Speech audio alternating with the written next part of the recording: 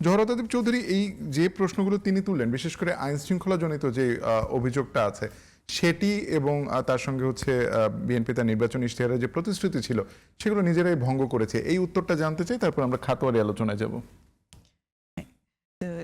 আমার মনে পড়ছিল যে স্কুলের টিচারদের সময়, মানে খাতা দেখার সময়, এখন স্কুলের যখন লিখিত পরীক্ষা হয়, লিখিত পরীক্ষাতে আমি খাতা জমা দিলাম, কিন্তু টিচার যদি মনে করে যে না, খাতাতে যা আছে তার বাইরে গিয়ে আমি এখন, সে আমার সাথে ওই দিন রাস্তায় দেখা হয়েছিল, সালাম দেয় নাই, এই টাইপের যদি আমার কিছু ব্যক্তিগত আক্রোশ চলে আসে, তাহলে টিচারের কাছে কিন্তু ওই টিচারের পরীক্ষা জীবনে পাশ করা সম্ভব না। তো আমার যে বন্ধু সহ আলোচক, উনি যেভাবে লং লিস্ট অফ শুধু না পাওয়ার বেদনা, এইখানে কতটুকু যে সত্যতা আছে এবং কতটুকু আসলে পারসেপশন, এটা আমাদের বোঝার বিষয় আছে।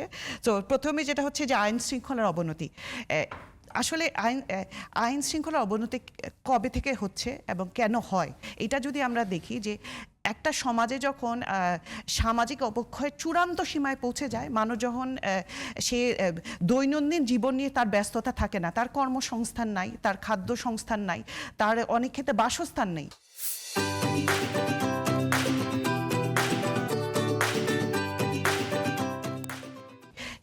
এই অবস্থাতে যখন সে পড়ে আছে এবং যখন একটা ফেসিস্ট রেজিমের আন্ডার 17 বছর ধরে, আপনি চিন্তা করেন 17 বছর আগে যে বাচ্চাটা 2 বছর 3 বছর রাস্তায় ছিল, পথশিশু ছিল, তা এই 17 বছর সে কি শিখেছে? সে তো বড় হয়ে আসলে তার কাছে তো রাষ্ট্র সরকার, আমরা কেউ আশা করতে পারি না সে একটা যে স্বাভাবিক নাগরিকের মতো জীবনযাপন করবে। তো সামাজিক অবক্ষয় যখন চরম সীমানা ক্রস করে ফেলে, তখন আমরা দেখি যে সমাজে সব ধরনের যে আইন শৃঙ্খলার অবনতি হয়। এখন সেক্ষেত্রে এটা শুধু সরকার 3 মাসে কি 100 দিনে, আমার মনে হয় না, মানে এটা তো আশা করাই যাবে না। আমরা কতটুকু 5 বছরে অ্যাচিভ করতে পারবো, এটা আমার একটা চিন্তার বিষয়। যে আমরা যদি ইশতেহার অনুযায়ী, আমরা যদি সত্যিকার অর্থে আমাদের শিক্ষা ব্যবস্থার রিফর্ম করতে পারি, আমরা যদি আপনার কর্মসংস্থান তৈরি করতে পারি, দেশের সামাজিক অর্থনৈতিক সুরক্ষা বলয় তৈরি করতে পারি, তাহলে আমি আশা করি দৃঢ়ভাবে যে 5 বছরে ইনশাল্লাহ আমাদেরকে যদি ইশতেহার যেগুলো আমরা যদি পরিপূর্ণ করতে পারি, অবশ্যই আমরা সমাজে একটা স্বাভাবিক সুস্থ পরিবেশ দেখতে পারবো। সো আইন শৃঙ্খলা অবনতি আপনি ওভারনাইট চেঞ্জ হবে না। আমরা যে শাহ আলী বাজারের যে আমরা অ্যাটাক দেখলাম, এইটা আসলে যে এইগুলা তো খুবই দুঃখজনক। আমরা একটা দেশে বসবাস করি, প্রায় 18 থেকে 20 কোটি মানুষের দেশে, ভিন্ন মত থাকবে, ভিন্ন পথ থাকবে, আমি যেটা মনে করি সে আমার পাশের বাসার মানুষজন সেইটা মনে করবে, তা তো স্বাভাবিক না।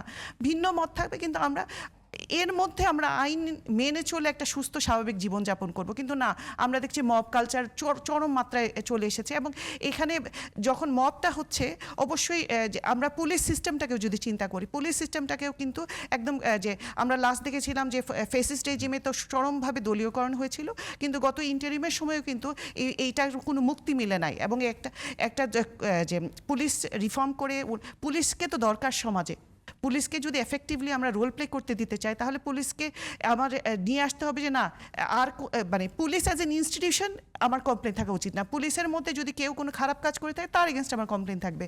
সো আইন শৃঙ্খলা অবনতি উন্নতি করতে হলে আমাকে কিন্তু ইনস্টিটিউশনের রিফর্মটাকে যে চলতে দিতে হবে।